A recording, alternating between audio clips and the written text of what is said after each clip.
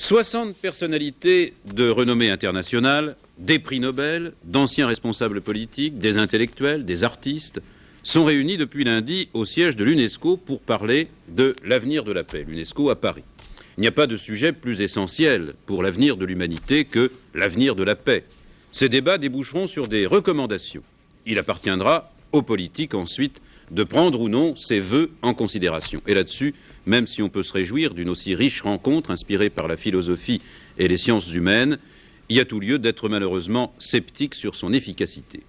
Ces personnalités dont je viens de vous parler ont pris aujourd'hui un bain de jouvence ou même une leçon de concorde. Ils ont participé en effet à l'installation de l'Arbre de Vie, un beau nom pour une œuvre collective réalisée par 10 enfants de 5 ans à 12 ans, lauréats du récent concours mondial de dessin d'enfants. Et il paraît que pour peindre et construire ensemble cet arbre de vie, le petit chinois, le petit péruvien, le petit japonais, le petit danois et d'autres n'ont eu aucune difficulté de communication. C'est ça la leçon. Reportage sur l'arbre de vie, Jacques Collet. Par cet arbre de vie qu'ils ont construit et décoré, les enfants posent aux adultes une question: comment vivrons-nous en l'an 2000? Question pas si naïve puisqu'elle correspond au thème des travaux qui réunissent à l'UNESCO les représentants des pays que préoccupe le sort de la paix. L'arbre de vie est inspiré du baobab dans lequel chaque branche représente l'histoire de la vie imaginée par chacun de ses enfants. Ce symbole rappelle aux hommes d'aujourd'hui le terrible danger devant lequel se trouve l'humanité sans qu'elle en ait conscience, car il n'y a pas que la guerre nucléaire. Nos travaux n'ont abouti à rien, à moins que nous puissions maintenant aboutir à un désarmement général et complet, à moins que nous puissions changer l'attitude des gouvernements vis-à-vis des armées, vis-à-vis des armements, à moins que nous puissions arriver à faire prohiber complètement l'utilisation d'armes nucléaires.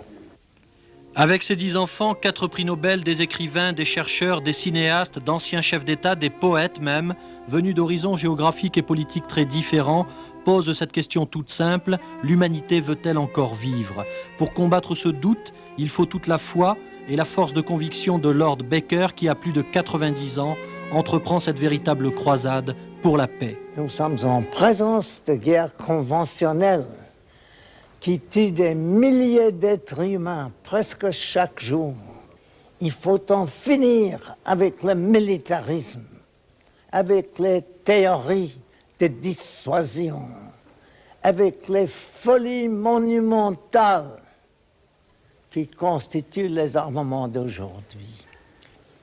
C'est une chose très curieuse que l'homme dans la rue s'intéresse au football, s'intéresse au théâtre, au cinéma, au film, à la télévision.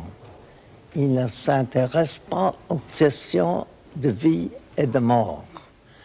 Mais on va le réveiller. On va faire une propagande, une éducation mondiale pour lui faire comprendre qu'il a maintenant un choix entre un monde qui, s'il y a la guerre, deviendra aussi désert, aussi silencieuse que la lune, et un monde qui pourrait être glorieux. Voilà, à méditer.